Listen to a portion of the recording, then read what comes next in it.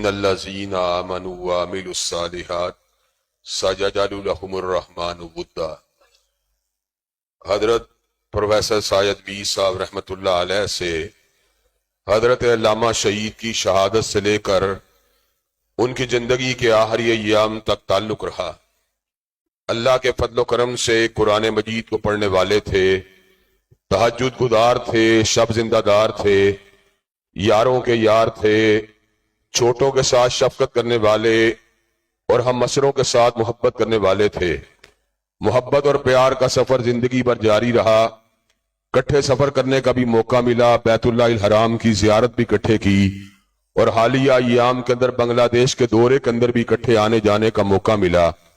اللہ تعالیٰ کے فضل و کرم سے جماعتی زندگی میں کئی مرتبہ تھوڑی بہت باتیں ہو جاتی ہیں، لیکن پیار اور محبت والا رشتہ، احترام اور شفقت والا رشتہ باقی رہا۔ آج اللہ تعالیٰ کے فضل و کرم سے جہاں پر دیگر دوست احباب ان کی بلندی درجات کے لیے دعا گو ہیں، میں بھی اپنے دوست رفقا، اپنے